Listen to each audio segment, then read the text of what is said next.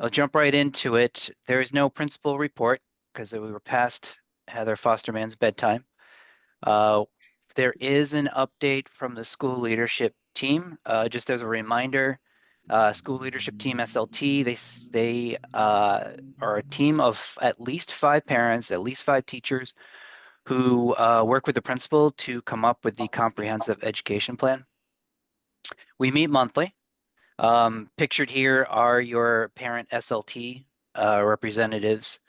Topics that we discussed, the big one is the lunch forms. So I just wanted to remind everybody to please fill out this form. Parent Square reminders have gone out, probably emails from Mr. D. I'm not sure where else these have been communicated, but we will work with the admin to push hard to get these in. Essentially, um, as you probably know, everybody gets free lunch. It doesn't matter. What they are doing is assessing families' financial status to understand whether or not we can qualify for Title I status. And what that means is we get bonus money. We get extra funding if we're a Title I school. Uh, we were a Title I school 2 years ago and prior. We don't qualify for it anymore, but we want to see how close we can get. And having that information, having that data is actually beneficial to the school. So don't think if you know that you won't qualify that you are hurting the numbers. That's not the case. They'll assume that you don't qualify unless you submit and do qualify. But all of the numbers that they are able to provide, potentially, well, we could credit, school will get credit for that. And then also potentially there are other things that we can apply for um, as far as funding is concerned. So please complete those forms. Um, we worked on school-wide goals. Um, Specifically, there are some things, the goals, air quote goals were very wordy as far as what the school wants to accomplish. And we're trying to simplify them in a way that can be communicated and everybody can understand them. Don't have many details on that yet. The first meeting that we had was mostly just sort of a setup, picking our meeting dates and things like that. Um, Principals Roundtable. This is an extra bonus meeting we do monthly. Everyone is welcome to join. Um, it is the main topic is equity and inclusion. We had our last meeting recently. We worked on these community agreements. If you've seen the T-shirts, the latest T-shirts, the phrase "You belong" is one of our community agreements. Bring yourself, throw kindness like it's confetti are the other two. And we're discussing how to make those things reality, how to communicate those with the community, the kids, teachers, parents, families, creating goals around that. Um, Talking about inclusion, making sure that we just don't talk the words, we actually we action them and we're accountable on on that. And then engagement.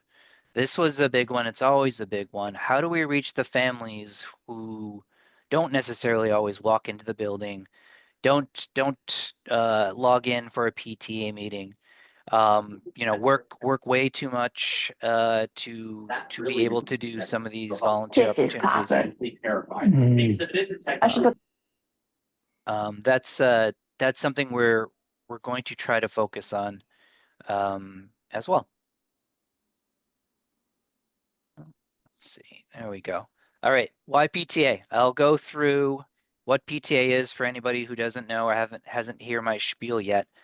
What are our goals? So community. We want to foster community, diversity, inclusion, very important in the school community. We fund programs, so tons of fundraising is part of the deal, and we supplement where the DOE falls short, essentially. Mostly that means arts in our school. And then we try to support and inform families. That could be trying to establish extended day, helping the admin push out messages like the school lunch form, wherever we feel like there's a need and we've got the bandwidth to do so, we pick it up. We're working on a budget of $253,000 for this year. This is how we're structured. We got a board. These are elected positions. You can see all these friendly, smiley faces up top. And then there's committee work. And committee is, as it says, one or more volunteers willing to do the work. That's it. We just need people, hands, anybody who's willing to roll up their sleeves and do some work. One person could be a committee, 10 people, anything. And there are no silos. If you want to work on the holiday bazaar, that doesn't mean, and that's community, that doesn't mean you can't also work on bake sales. Got an idea? Cool. Let's talk it out. 99% of decisions here are made by committee. That's just how it is. You got to deal with it. But ideas get better when we talk about it. Collaboration actually make these ideas better. You talk about it, you talk about other families, they start to bubble up. And the ones that rise to the surface are the things that we can work on. We can team up on them. Be willing to do the work, be flexible, open, be patient. Approval process is in here. Like I said, decisions by committee. Money is the thing that needs to be voted on. If there needs to be a budget for whatever we're doing, if we're thinking about a fundraising effort, that will take a vote. But mostly, if you're willing to do the work in some sort of a community-oriented thing, share your idea with us, and it can become a reality. You can reach us at any time. You don't need to wait for a PTA meeting. Mostly these things are just you listening to us talk and then a few questions. So just there are emails, we're on the website. Ping us if you need something. Upcoming events. The big message here is the calendar is online. If you all want to take your phone, if you're not looking with your phone, if you're not signed in with your phone, and go to this QR code, you can reach it. You can also see the events are populated on our website, and you could subscribe there.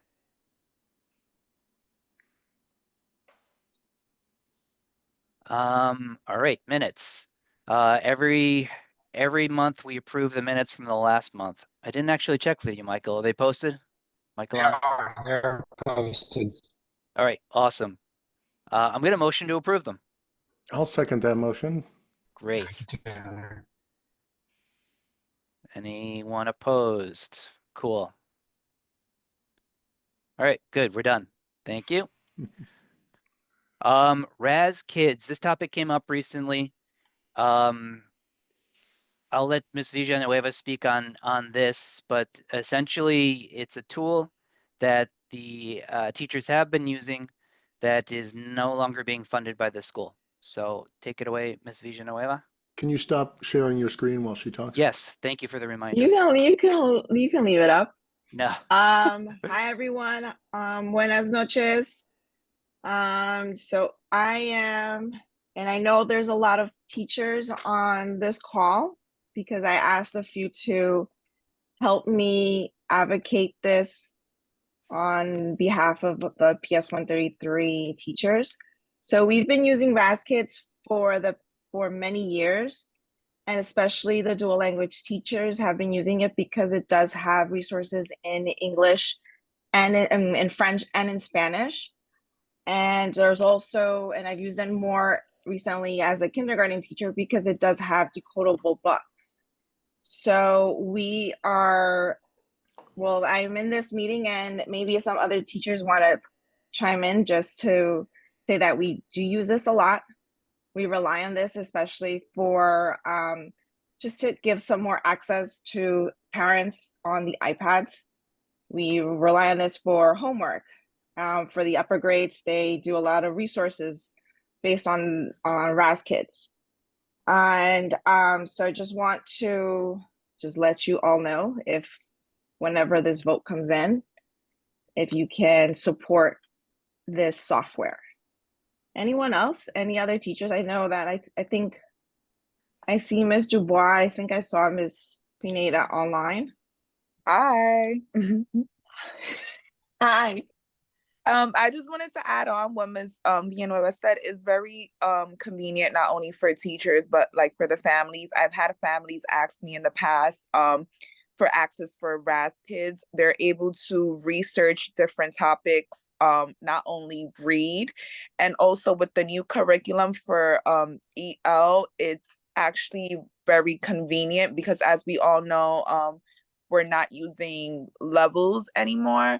So a lot of the books on RAS Kids, the students are able to just go and pick up and research. And that's heavily tied into the new curriculum where students have to research different topics. And RAS Kids is very easy for students to just go and do that without having to like go to Google or do other use other resources. It's very convenient, as Ms. Villanueva said, for the Spanish classroom, it's very important for us to have because a lot of students don't have access to decodable books or books that are easier for them to read in the second language.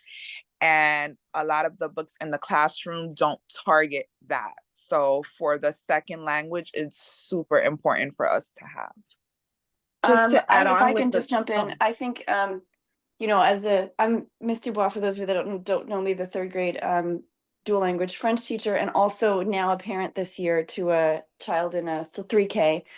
But I like RAS Kids a lot because it's a great way for parents to be able to make sure that even if they're doing reading on a text in Spanish or French, they can still read alongside their child the text because you can find the equivalent in English. And it empowers the parents too to be able to kind of ask them those questions and check their comprehension and things like that. So it's something that we, especially French teachers, we don't have access to as many French books in the US. And so it's very, very convenient to then go on to RAS Kids and, you know, assign French texts for students at all levels. So I just want to add some messages that I received from some of my colleagues that are not just dual language teachers, like Ms. Conifel. And I'm quoting her that they use RAS Kids for homework, that the kids enjoy reading on the computer or on the iPads at home for independent reading. For Ms. Brown, and I speak also as a English teacher, then we said something having access to the decodable books on the computer. Ms. Rodriguez, who's not here, unfortunately, and Ms. Kat, she also said about how they rely on this for the Spanish resources and as well for the English when they're just finding some resources. And they for both English and Spanish. And one thing I just want to mention also for our students, when whatever language you are reading in, especially for our lower kids, it reads to them. So it's not only you read, they read, but there are some resources that they can read for them. I see Ms. Munafo. I don't know if I'm just calling you out if you want to say anything how you benefit from RAS Kids.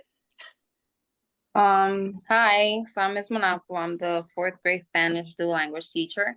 RAS Kids is actually very beneficial for the upper grades as well, and for dual language classroom and just regular GE classroom, just because it has access to different texts, not only that are, you know, not because it's level based, but because it works a lot on skills that we are currently working in the classroom as well. And it really improves comprehension because, as Ms. Villanueva has said, it reads to the students, especially for those students that are still learning the language, in Spanish, I mean. And it also gives them assessments that they will have to take online, and it keeps them engaged. So it's engagement, it works a lot for homework, and it really does support dual language classrooms, and even your ICT and GE classroom, just with the amount of text that they have and the, you know, the different kind of levels and the exposure that they have to, you know, different levels, different genres, and as well as the comprehension part. So that wraps up for our advocacy for the support for RAS Kids school-wide. And thank you so much for just squeezing us in the PTA meeting for tonight. Thank you, Joel, and everyone else for listening. Can I just ask a follow-up question? Sure. So if it sounds so valuable to you guys who showed up to the meeting, were you devastated when the administration decided not to pay for it? And do you understand why the PTA can't swoop in every time the admin decides they don't have the money for something?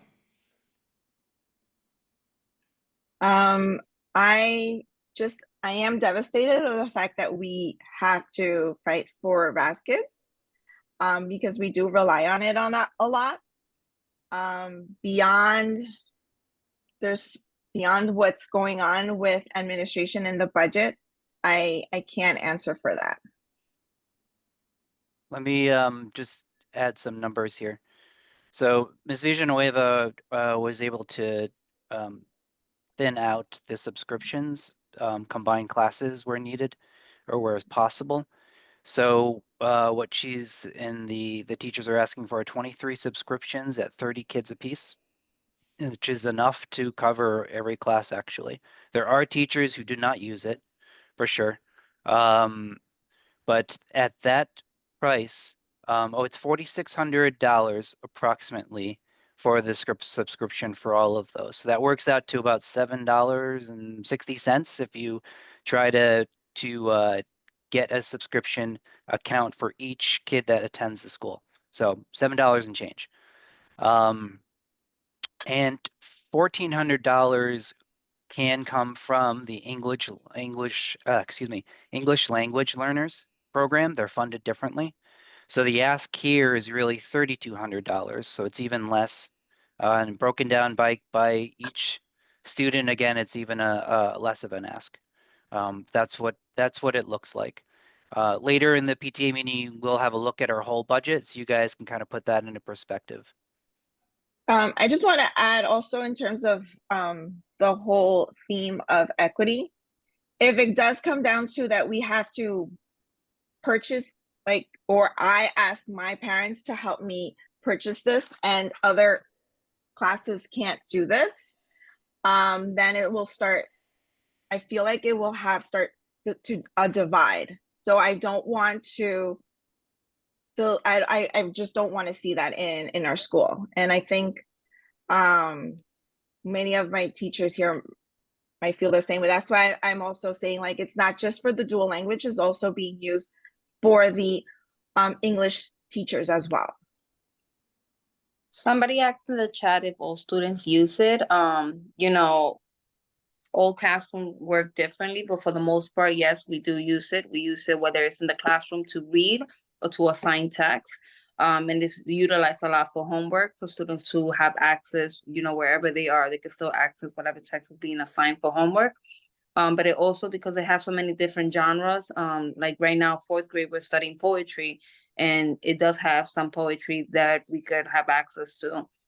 And just, translatable texts that are effective in the classroom, where I could assign the text, or anybody could assign the text in one language while targeting another language, but at least the students have that support of having, both text in both languages to support them. So yes, we use it a lot in the classroom as well as at home for homework, or for students to, grow their learning.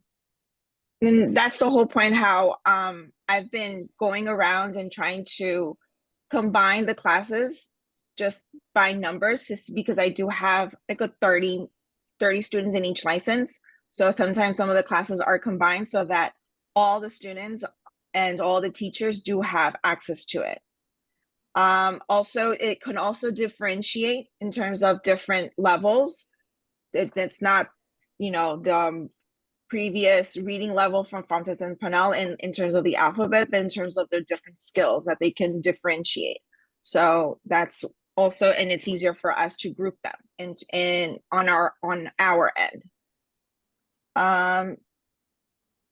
Who would, and I'm seeing another question. So even if a teacher doesn't assign it for their class, who would those children still gain access? Yes. Well, even if you would have your own, the child would have their login information and they can log in on their own. And it could be a form of engagement to have students who want to read, because they could opt out to read an actual paper book that they picked up in the classroom, or they could also read online. So it gives them, the choice of the book that they want to choose. And as long as the teachers print out the login cards and the students have access to it. And they create avatars and characters, which it engages them, because the more they read, the more stars they get. And then they could use those stars for different things. So it's really engaging for students as well. And then also you're able to, the teachers were able to print out certain books as well. So for example, if we don't have access to the actual hard copy of the book, on our end, we're able to download, print it, make copies, and every student can have a copy of that book. So we can have multiple copies of a book, even if we don't have the actual hardcover copy of the book in the classroom. Or if your child doesn't have internet, or if then we can always print it in the classroom. But thank you so much for listening, and I hope we can get the support that we need. Thank you. Thanks for bringing this to us. I'm going to share my screen again. I jumped over to our budget slide. Since it's fresh on everybody's mind here, you can see where things would fit in. The ask right now is about $3,200. So to compare with some of the things that we spend money on, here in the arrangement, the middle column, you can see, as an example, we try to cut a check for about $122,000 to the school, so they could spend it on lots of arts programs, lunch and recess staff, things like that. Spring musical performances, it's $5,500 budget line. Studio in a school, which is more arts, it's about $55,000 we spend on that. Teacher grants, we spend about $9,000. Just to give you some perspective.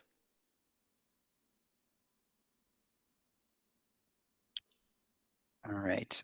Now here's a question for all you parents. Does anybody have anything they want to bring up on this topic? Should we go ahead and vote whether or not we want to spend or add this budget line now, or do you guys want to think about it a bit? To add a budget line to the budget, saying budget a lot, we need a PTA vote, so it has to be at a meeting like this.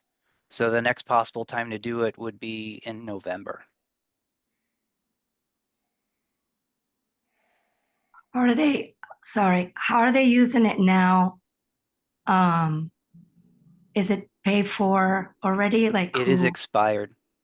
It is The subscription expired at the beginning of October. Yeah, we did the same last year when admin couldn't cover the continued cost of the subscription, and so we stepped in and took a vote to cover the cost.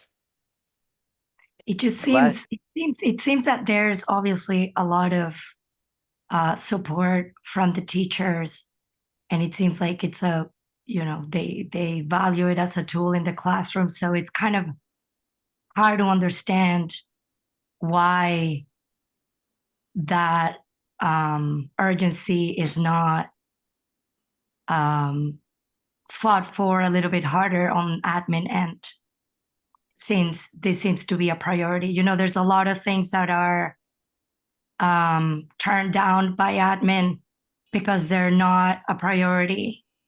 Whatever the priority is, sometimes I don't understand what the priority is, but this seems to be a literacy and a language, and English and Spanish and French sort of across the board. So I'm just not sure. I mean, I feel strongly that, if the teachers need it, they need it, but it's also, I don't know. So every time something is just admin can't cover, then it's just gonna disappear, or I'm just not sure how that is gonna work out in the future for Yeah. other things. I think, Again- yeah, sorry, Joel. Just to share a little bit, there's a line here in the budget. You see studio in a school. It's for the residency and the studio aid. Admin, they're actually covering the studio aid, so $14,000 of it. They were able to find a budget for. It may be that this just keeps falling off their radar. And I'm not exactly, I give everybody the benefit of the doubt. So somehow this just keeps falling off their radar. Where the admin was able to spend the $14,000, so we don't have to. That's what that means. So she'll spend the school's $14,000 to cover the studio aid for studio in a school. We don't have to, so we already know that our expenses are going to be 14,000 less this year. So they do step in, they will pay for the things that they can.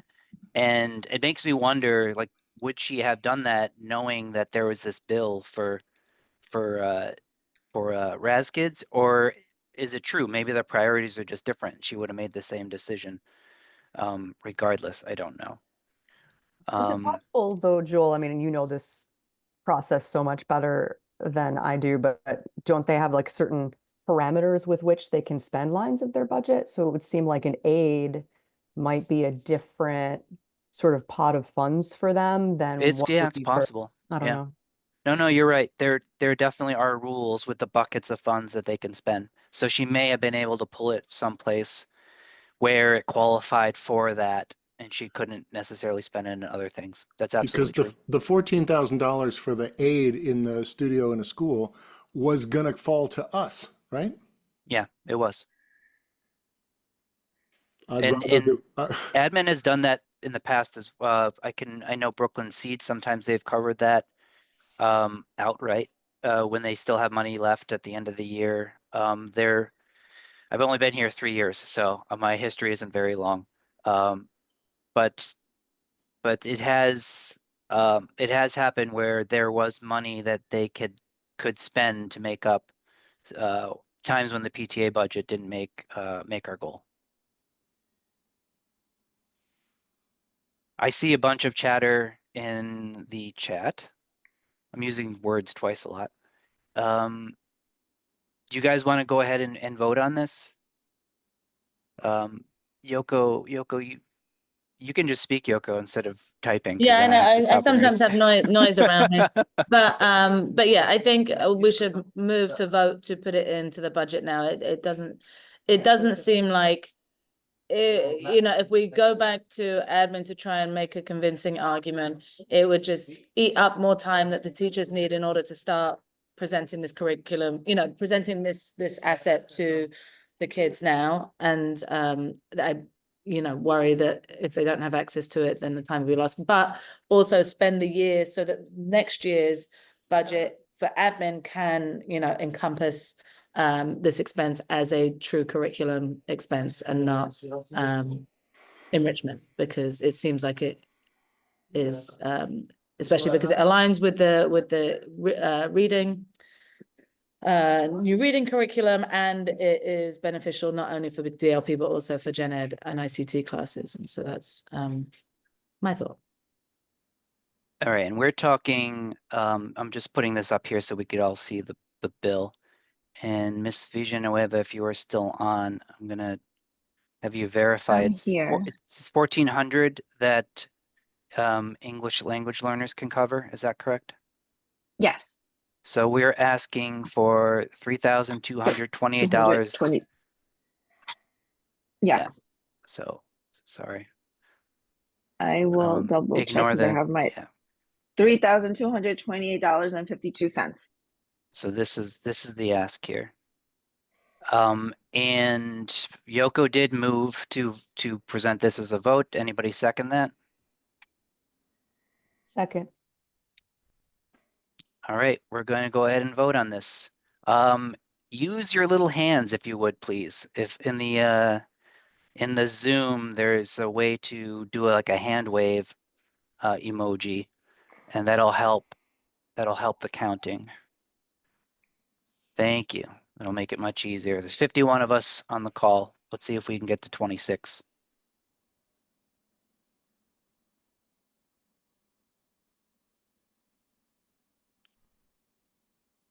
Gloria, you can stick your hand up. You're a part of the PTA. I'm trying to find the hand and I can't do it. It's So in I only go React. like It's this. in React, and then Thank you, Yoko. raise- I couldn't find thank it you. either. Okay. React, the little heart React button, and then like raise hand. I mean, you can put a heart too. That works. Yeah, I'll count the hearts. Yes. We're at 26 now. 27. So keep voting because Michael will take these down in the votes here. We're at give it a few more seconds here. You see 26 hands and a heart. 2 hearts. And a thumbs up.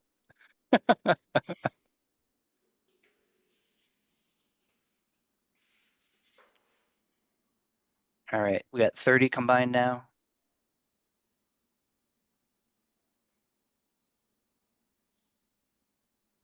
That's a majority. How much more do you need? I mean, technically, mathematically, that's all we need. But for the minutes, I just wanna, sorry, before we move on from this, I just wanna point out that, you know, this, Taylor did say that this is the second year. It's hard to believe that somebody just forgets about this at admin and, you know, just, it seems like the priority is not literacy. We brought this up to, you know, to the principal several times with the library, and it's, you know, it just doesn't sit well, you know. I agree that we need to step in, but at what point do we ask them to align their priorities to literacy? I mean, this is such a, you know, it seems like it should be more important and on the admin side. Here. yeah, I thank you for saying that, Monica. Can I ask anybody who wants to push that along and further discuss? Can I put that onto the library committee? Because I know there's a lot of effort in that space. With everything, the books, the book fairs, everything they do, getting a part-time permanent librarian in, full-time even. So there's a call to action there. If you guys are put off by how we've and the teachers have had to kind of fight for this one tool, and maybe some other things, then please bring it to the library committee. Jump on one of their committee meetings and lend a hand.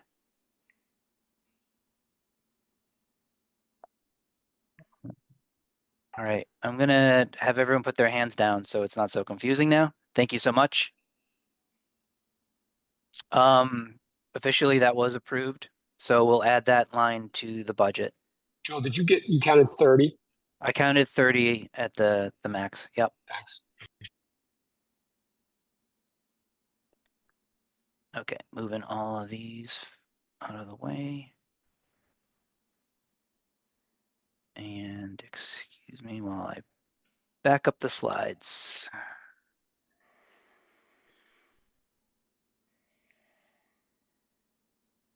You can see how long our presentation is, everybody. And it's because you guys rock. This community is amazing, so thank you.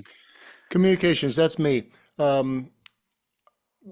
Big things coming up. You're going to start seeing a lot of posts about Giving November. That's our biggest fundraiser of the year. And we've already talked about the school lunch and income verification form. Neither one of those, it's not a school lunch form. And who wants to fill out an income verification form? So we're going to work on some messaging. You'll see links. One of the members of SLT has even suggested having laptops out in front of the school in the last week of October, where we will help you fill out the form. Marathon Bake Sale is coming up on Sunday the 3rd, and it's huge, and we need lots of help. And we need a coordinator for it. And I don't want the coordinator to come from the 4th grade, because the 4th grade is going to have the first Friday bake sale, which is going to follow that immediately on the 2nd Friday of November. I'm looking for a couple of Canva designers on communications. That would be great.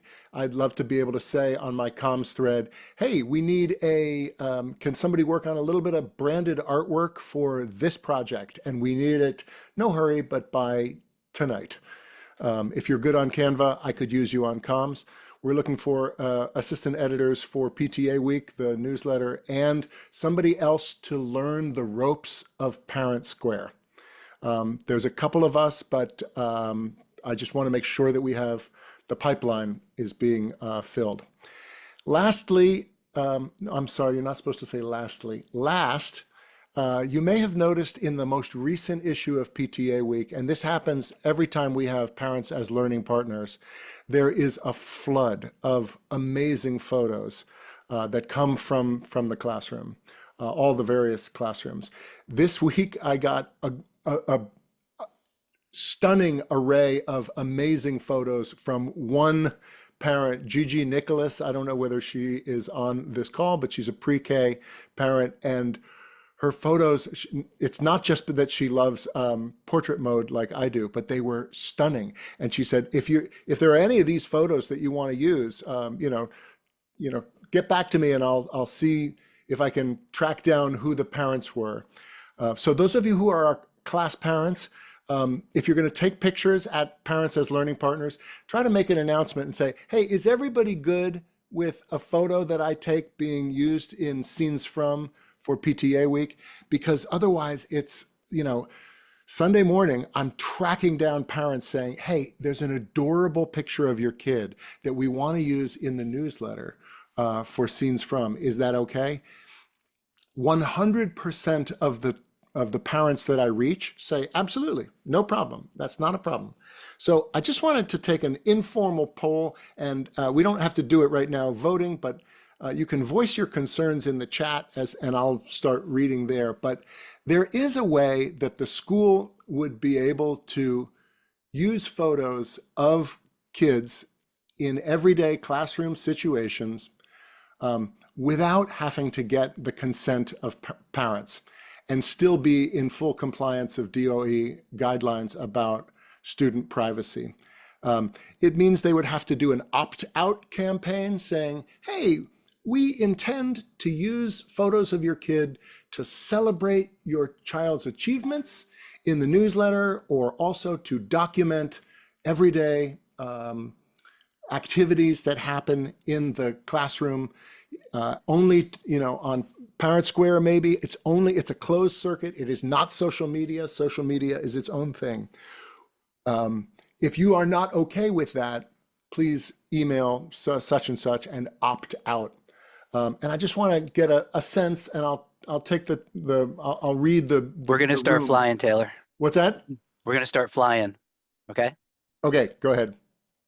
All right. So everyone can chat and to let Taylor know. Okay, got it. I think you gave me the next slide is about thank you.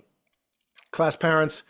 If you are a class parent and you have not been officially designated so on Parent Square, Miss Nikki is the person to talk to. And that gives you a little bit more levers and ways to communicate to your class through Parent Square. Miss Nikki, if your kid's name is misspelled or yours is misspelled, Miss Nikki is the person to talk to. Also, those 3 classes are the 3 classes that are still without a class parent. Thank you very much. So if you can be class parent for these classes, please do. Melissa, you here? I'm here.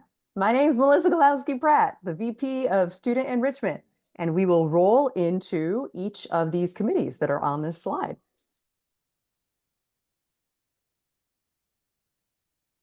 Are Laura or Tabitha here? I think Laura's here. Hi, I'm here. I think Tabitha's on too. I don't know if she still is. I am on. Yeah. Hi, Tabitha. Hello. We are the co-chairs of the Garden Committee, and we had a great work day last weekend. Thank you so much to everyone who came out. We're planning another one for November 16th. We're finally going to start dealing with that long garden bed that is very, very slowly collapsing and will eventually collapse, and we need to get all the dirt out of it before that happens. So we're doing that this year. We're not pushing it off to next year like we had considered doing, but would be a horrible idea. So please come help us in November, so we don't have a garden bed collapsing and all the dirt falling out all over the garden, because that would be awful. Also, we've been working on a native plant sign. We got a grant last spring, and we just received our case, and we've been working with this graphic design class at City Tech, and this is one of the posters they made for us, and we totally love it, and it's been a great experience, and that should be up very soon, so watch the garden entrance for that. Brooklyn Seeds classes are happening now all fall. They'll stop in the winter, they'll start again in the spring. And now throughout the fall, we've been keeping the garden open for anyone who wants to come by after pickup on Fridays. So come on by, come say hi to us. We'd love to see you. Thank you.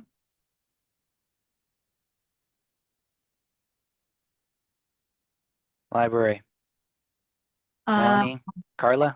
Hi, yeah, Melanie and Eliza couldn't make it, but I'm joining them as co-chair. We had a pretty busy and exciting last couple of weeks. We had the Spanish and bilingual book fair with Chao Luna. It was 2 weeks online and then in person last Friday.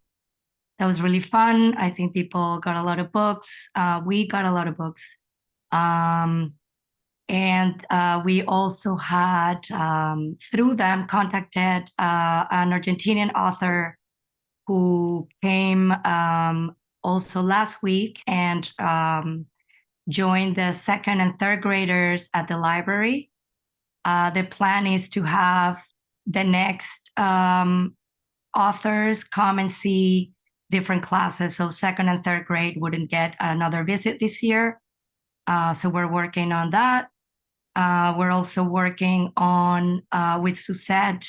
She's doing some groundwork to try to do also a French and bilingual book fair.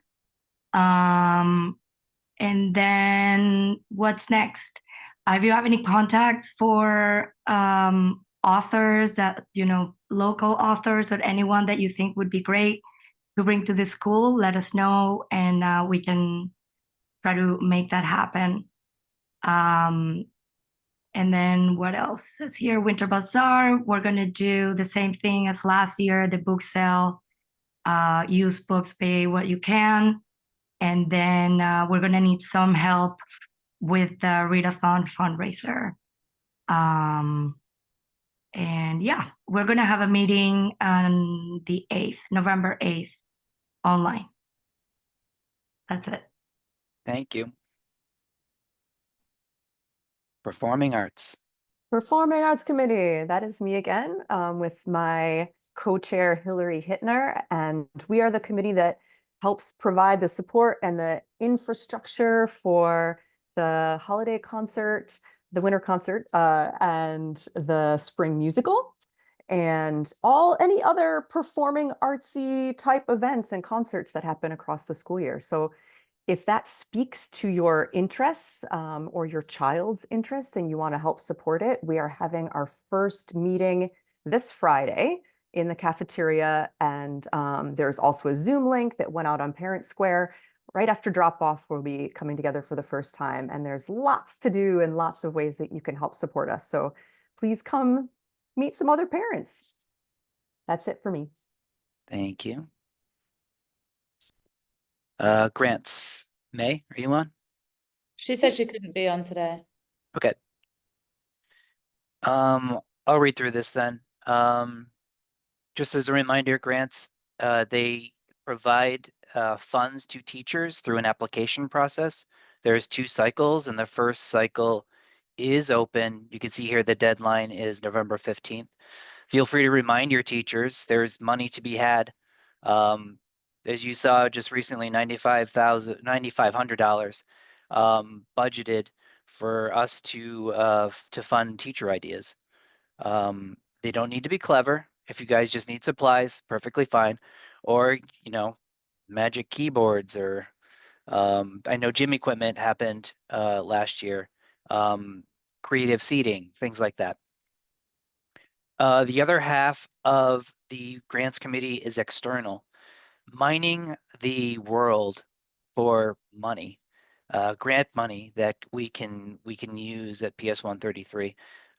We were successful with the garden committee you just heard, and we've had some other successes. There was a music program. Melissa, you helped with that one. I can't remember the name of it, but we got 3 family concerts out of it last year, which was super fun. So, so yes, if you are good at looking for grants or writing grants, please. Extended day committee. I'll speak. I'm going to talk a lot this time. I'll speak again to this one. Encore was launched. Very exciting. We've heard whispers of hiccups already. Apologize for that. Appreciate your patience. If you experienced a hiccup, as in your kid was not picked up and brought to their enrichment or something like that, please email Extended Day. Email address is up here on this slide. We'll try to sort through all that. We still believe in our partner team. I think they are a small operation, but any of the schools they are currently operating in, they sing praises about them. So I think it's a lot of getting started pains that we're experiencing here. So yeah, please don't lose faith. And if you've got time to help, to volunteer, to help organize, then please join the Extended Day Committee. Community, Yoko. Hi, I think Lewis is on too. I am, Great. yes. All right, so I'm gonna make it really quick. This is what we cover here. Our goal is to make sure that all families are seen and heard. Biggest news between now and next month is the school tours restarting. So all the 3K, pre-K and K candidates, as well as upper grade candidates, are going to be coming into the school to take a look around. Our special model that is very near and dear is having parents and students co-lead the tours together. And I need a nice big old team of parent volunteers for that. And so I'll send out a Parent Square request for that now that we have the dates. It's just an hour in the morning between like 9 and 10 to just shepherd groups around the school and show them all the rooms. And yeah, next slide, please. So an event that we have coming up is the PTA Fun Run and Walk, because I'm not about to run that, but I will walk it. So last year we were the highest number of applicants. I think it was like 90 something, 89 or 90 or something, right? We are currently at 49 signups, which is still the leader, but there is another school very close at 46. Last year, because we were the leading school, not winning it's not a race, so we're not winning the race, it's just the number of people that have signed up. We won a Tacombi burrito party, which was very exciting. So please sign up. And also, I think this was, maybe it was Dustin's idea, maybe I can't remember. This is a great opportunity for a class picnic. If you're a class parent and you're pushing this this event, it's done by I think about 12 or 1 o'clock.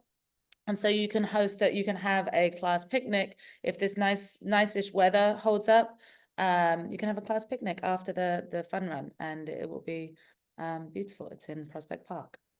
It's done even sooner than that, actually. It's as soon as you start the race, then race starts at at 10, 10 yeah. o'clock, then the place kind of clears out, like everybody's out running. So you could take over picnic tables.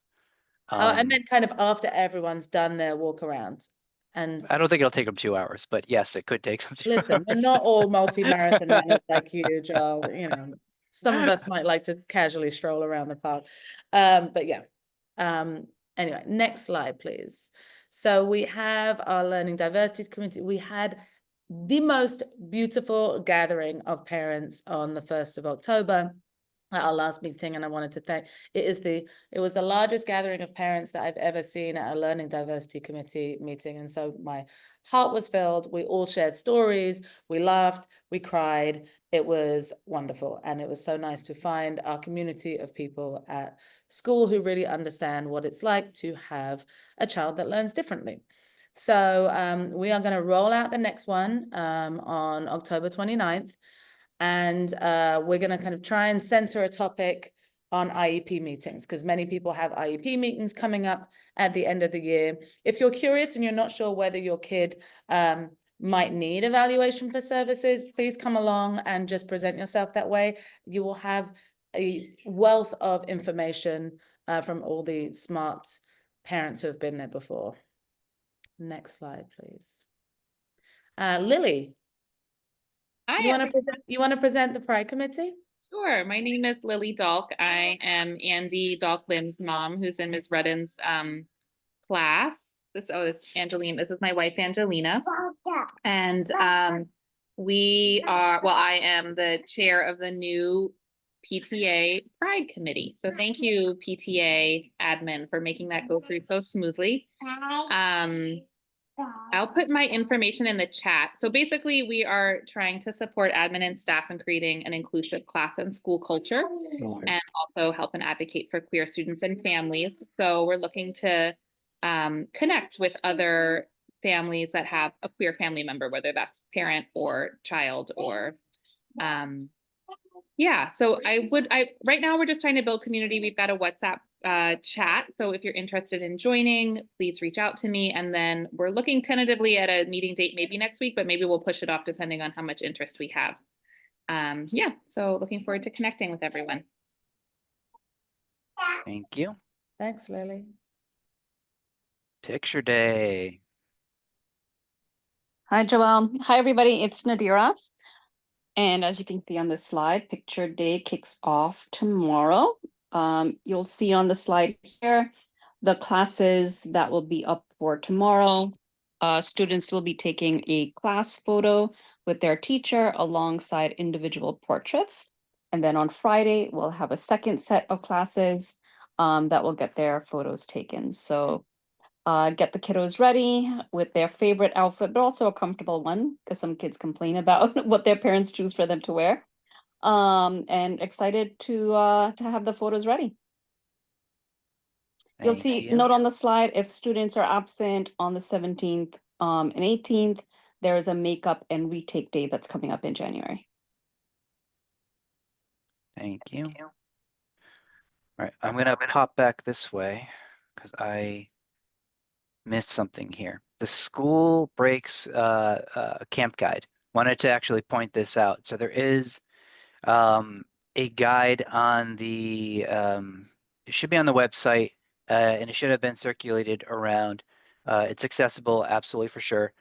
And these, if you see a camp on here, it's because they donated to be on this. So we've raised over $2,400 from this endeavor so far, but it also gives you a ton of options and detail about how to fill the gaps when holidays happen. You know, like, what am I going to do with my kid? I still have to work. You've got a ton of options here. So thank you, Extended Day Committee, for taking that on as well. All right, fast forward to development.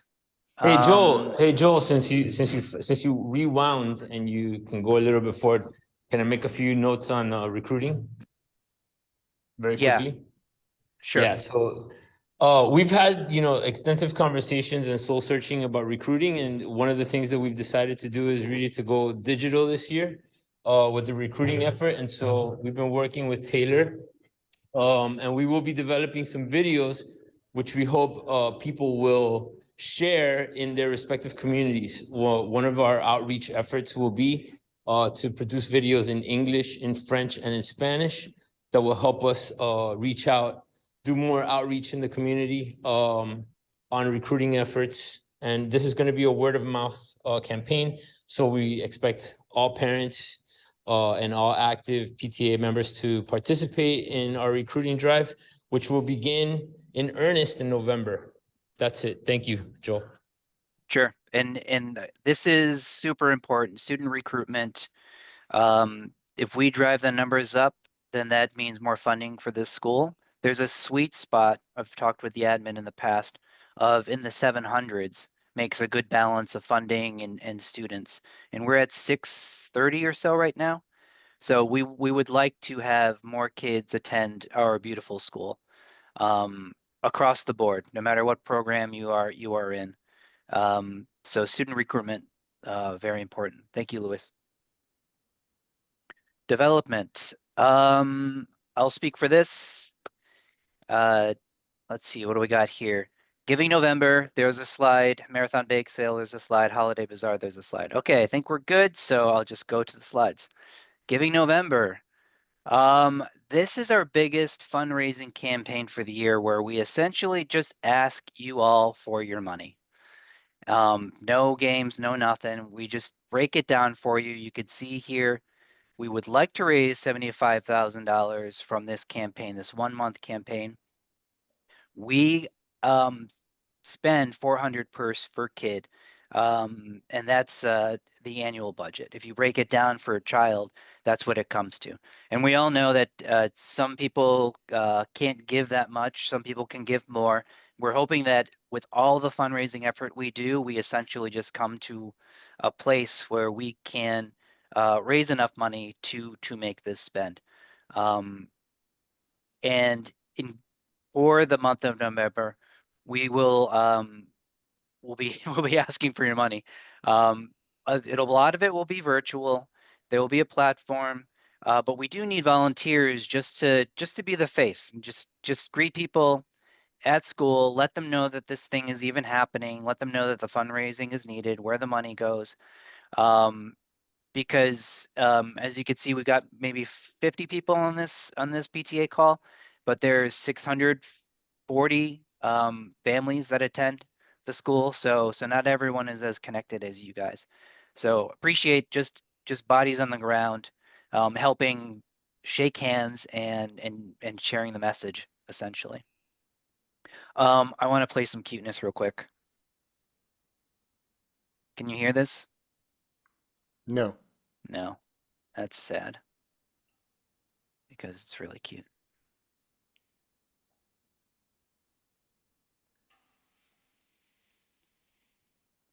Oh, I'm sad about the audio.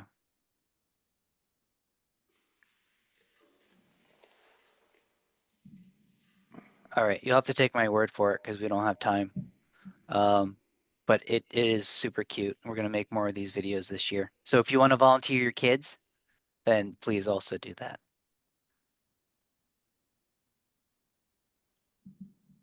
Marathon Bake Sale. I will talk on this also. This is my favorite holiday. I love the New York City Marathon.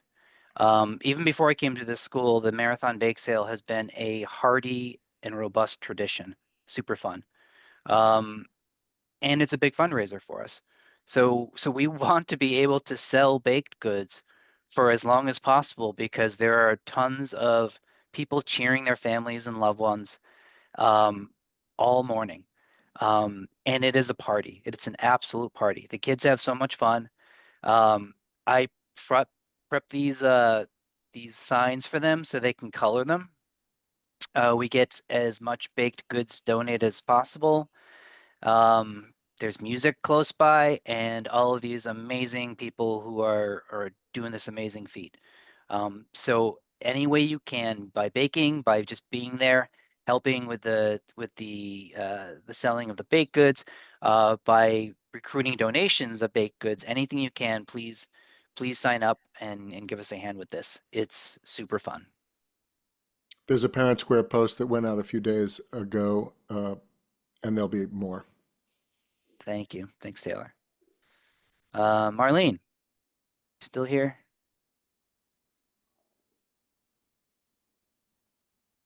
You're on mute.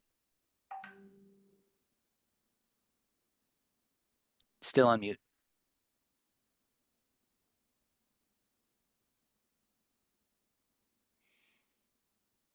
I wish I Hey, could push oh, the button for sorry. you. Can you hear me? I can hear you. Okay, cool. Were you talking to me? Sorry. No, I was talking to Marlene. Oh. Thanks, Michael.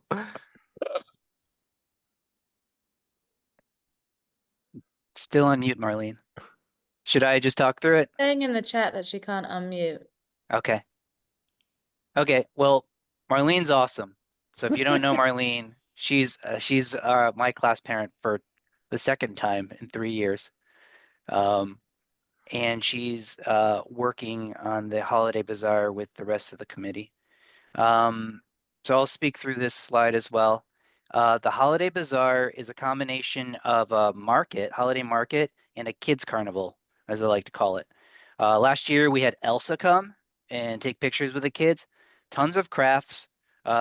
We need volunteers to actually work the day, but also if you want to help plan what's going down, that'd be great. I think Amanda, my wife, just booked a performer, a guy who sings and plays guitar for the kids' enjoyment to come that day. It's going to be a blast. So please, yeah, sign up to help with this one too. December 14th, tons of fun. Marlene, I hope I covered everything. Monica.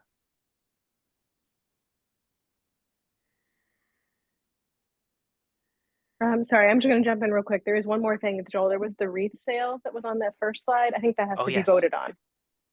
Yes, thank you. No, yes. Go It back. was. Go back to like the first development slide. It was on that. Thank you. Yeah, I think I even highlighted it. So Back I one wouldn't. more. I know, I'm trying. Okay. There you go. I thought I highlighted this. Sorry. Okay. Yes, we want to sell wreaths. The way that the sales are going to happen is we're going to have parents place orders for the wreaths, but then the PTA needs to cut the check to pay for the wreaths. And because we're cutting the check, we need the budget line item in here. Now, we won't lose any money because we're not buying them ahead of time. It's just that if the example here, for example, if we were to actually, I think it's less than $10 per wreath. We're thinking of selling them for 20 to 25, make it a fundraiser. So if we sold 10 wreaths, we would have to pay $100, but it would be covered because those are already purchased. So there's actually no risk here, but because we're cutting the check, we need to have the budget line item in for this.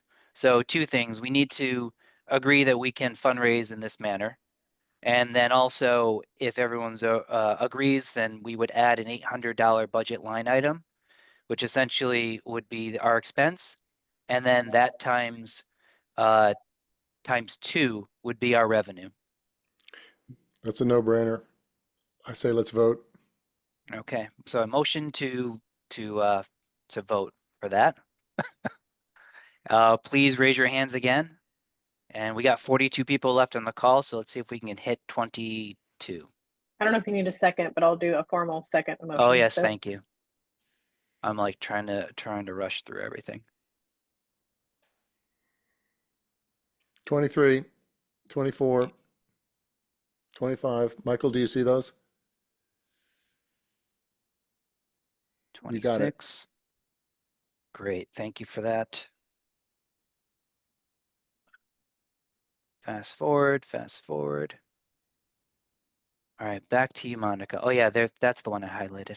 We have a lot of votes today. So Monica, are you still on?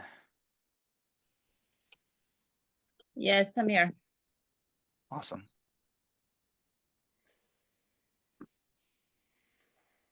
Oops. So, yeah, that's the numbers, guys. That's it. Thank you very much. We're just working now to get our taxes done. by November 15th. We are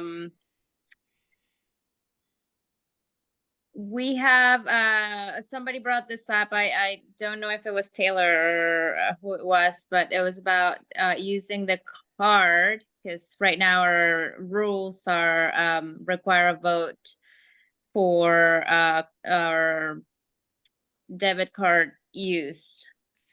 And this is to get some parents the morning off or the day before to buy baked goods within the budget. Right, so it's DOE regulation that anytime we want to use the debit card, we need to approve by a PTA vote. It's quite, Even when we have money set aside for it. yes. We're- So what we're attempting here is basically a blanket vote to say that we can use the debit card for up to our budgeted line of $300 for bake sale needs for the whole year. I make a motion for that. Yes, Please. I second the- that. No, I wanted to second All right. All right, now we vote. Yeah, hands up unless somebody is very much opposed to, hopefully.